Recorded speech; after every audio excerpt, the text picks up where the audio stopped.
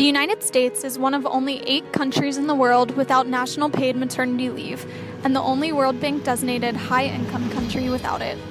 Only 5 states, California, New York, New Jersey, Rhode Island, and Washington, offer their citizens paid leave, and only 13% of U.S. workers have access to any paid leave at all.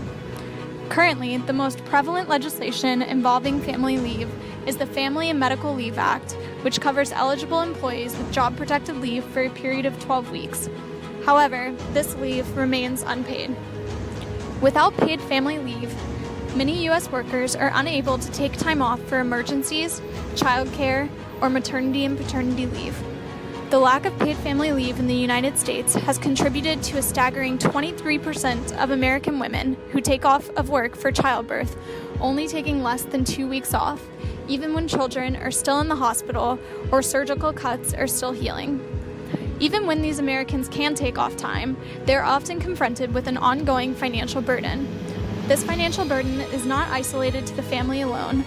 According to data from the Pew Research Center, 18% of middle-class American workers making between $30,000 and $74,000 a year used a form of public assistance while taking maternity or paternity leave.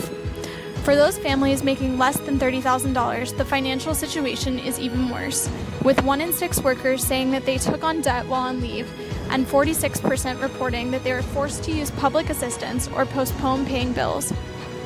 In addition to the financial burden placed on families from a lack of paid family leave, a federal paid leave program could also help to decrease the gender wage gap perpetuated by traditional gender roles, given that 60% of the 40 million Americans serving as caregivers are women who often take unpaid leave to care for family members. Additionally, researchers have found that paid family leave policies could help to ameliorate the gender wage gap by equalizing the amount of time that men and women are absent from the workforce and promoting increased gender equality in household tasks and work.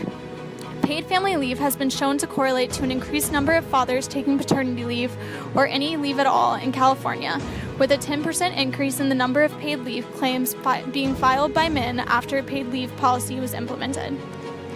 In order to ameliorate the financial burden placed on American workers, as well as the gender wage gap, a federal paid family leave program must be adopted by the United States.